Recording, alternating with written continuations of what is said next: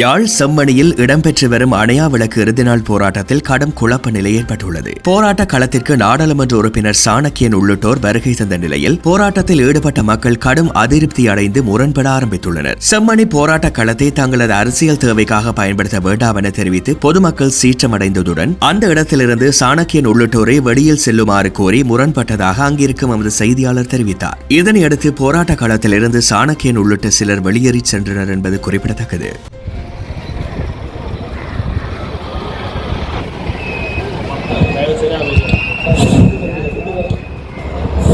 தயவு செய்து நமது மக்கள் செயல் சார்பான இது மக்களால் மக்களுக்காக செய்யப்படுகின்ற போராட்டம்.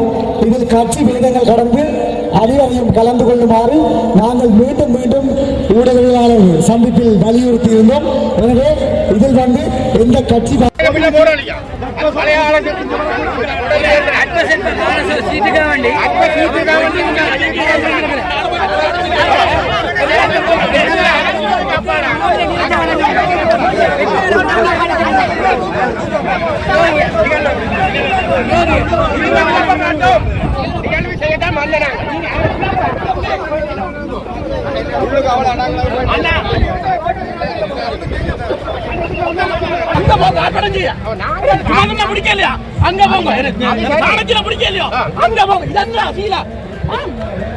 இதால நாங்கள் கண்டுபிடிச்சு போனாங்க.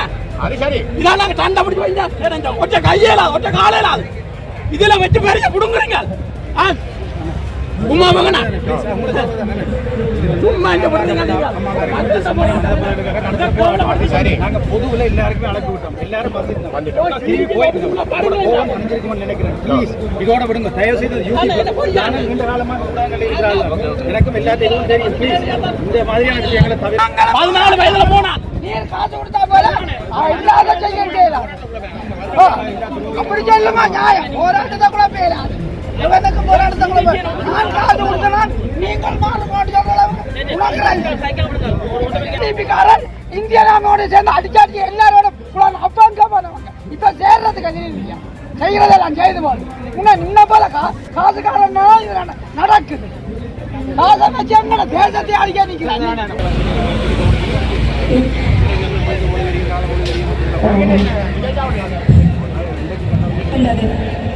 அப்படியான புதைக்குழிகள் தொடர்பாக மற்றும் இந்த செம்மணி புதைக்குழி தொடர்பாக